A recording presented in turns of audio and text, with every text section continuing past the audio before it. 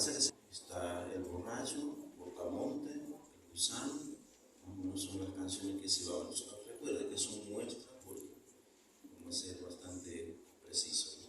Y la canción que va a acompañar es la canción Ñobarule, que dice Ño Irundai wa Duba, ni Kira Mira, entonces ahí por medio.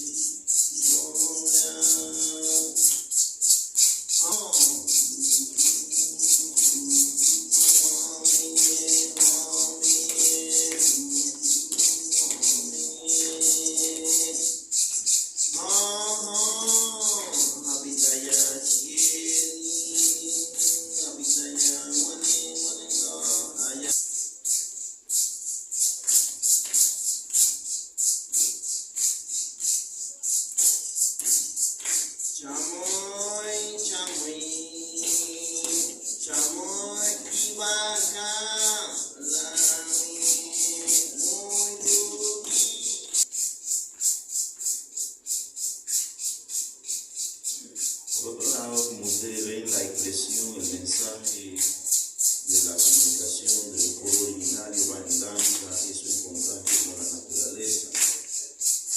Es una comunicación por eso que se expresa en canciones, en danza, muestra de esto, ustedes lo ven.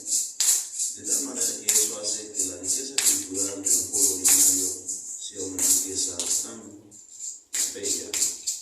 ¿Sí? En estos momentos presentan la danza de va dedicado a el Nobel in the Road de Sapu, tratado de Bogotá in the Road.